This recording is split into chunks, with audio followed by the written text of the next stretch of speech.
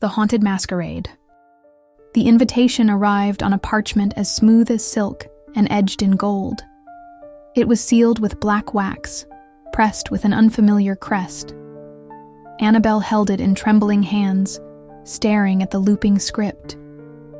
You are cordially invited to the midnight masquerade. Where? Blackthorn Manor. When? Tonight. Attire: formal. Mask required.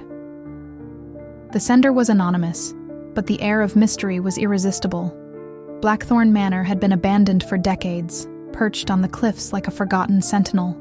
Stories of ghostly wails and flickering lights haunted its reputation. But Annabelle was no stranger to chasing the thrill of the unknown. Plus, such a party could be an amazing place to find a fling. It had been a long time since she'd been flung. She donned her finest gown, a shimmering black dress that clung to her curves like a liquid shadow, and chose a mask adorned with feathers and silver filigree.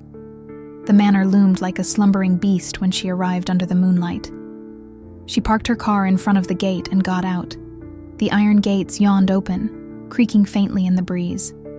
Inside, the grand hall was alive with flickering chandeliers and a sea of masked figures, their laughter weaving through the strains of a haunting violin. Annabelle was surprised. She didn't see any car parked outside. Annabelle's breath caught.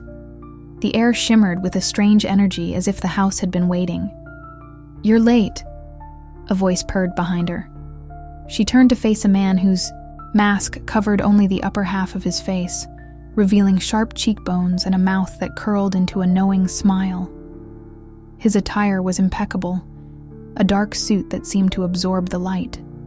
His eyes, a piercing, unnatural green, locked onto hers. Shivers ran through her body. "Fashionably," she replied, forcing composure. He extended a gloved hand. "Dance with me." Before she could decline, he whisked her into the center of the room. The music swelled, and they moved as if they'd practiced this waltz for lifetimes. His touch was firm, his presence magnetic. Around them, the other dancers blurred into shadows. "You're different," he murmured, his breath brushing her ear.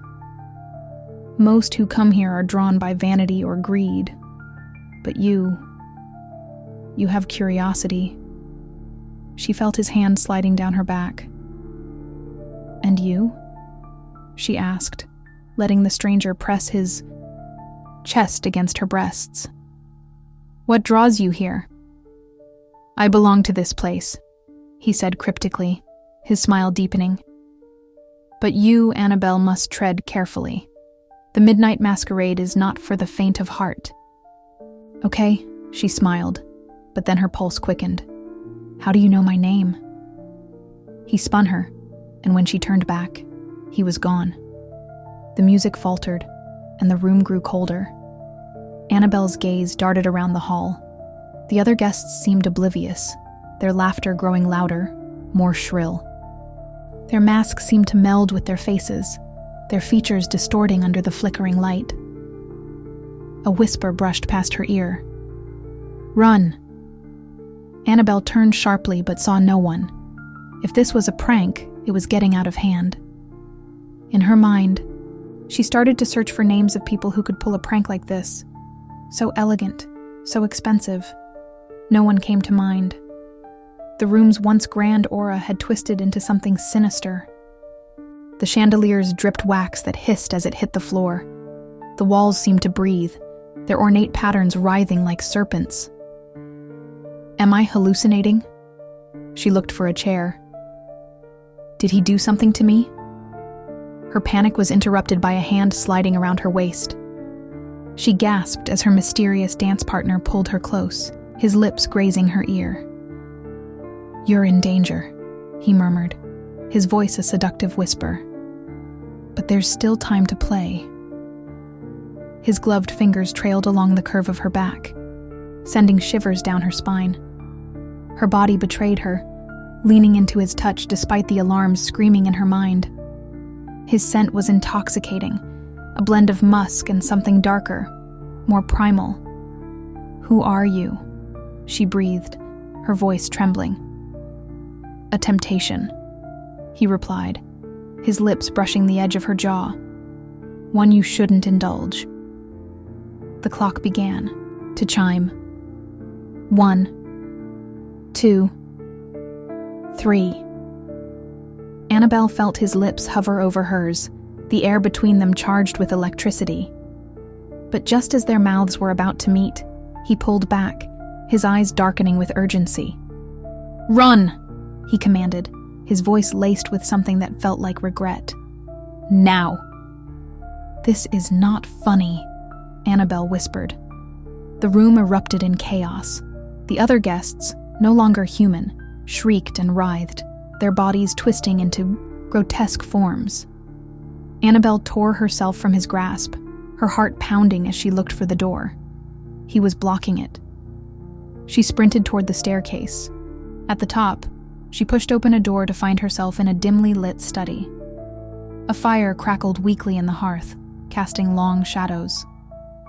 At the half-lit corner of the room, Annabelle saw half-naked figures of a man and a woman against the wall. Touching. Kissing. "Oh, I'm sorry," Annabelle said, taking a step back. The woman turned her face to Annabelle, sighing with pleasure. "The midnight masquerade is a trap," the shadowy woman said. The man, caressing his partner's breast, continued, "Once you enter, the house keeps you. It feeds on your desires, your fears, until you are no longer human." He didn't even look at Annabelle. "Run before the final chime of midnight," the shadowy woman managed to say before her partner closed her lips with a passionate kiss. The door creaked open, and Annabelle spun around. Her mysterious partner stepped inside, his mask discarded. His face was breathtakingly handsome, but his eyes glowed with an otherworldly light.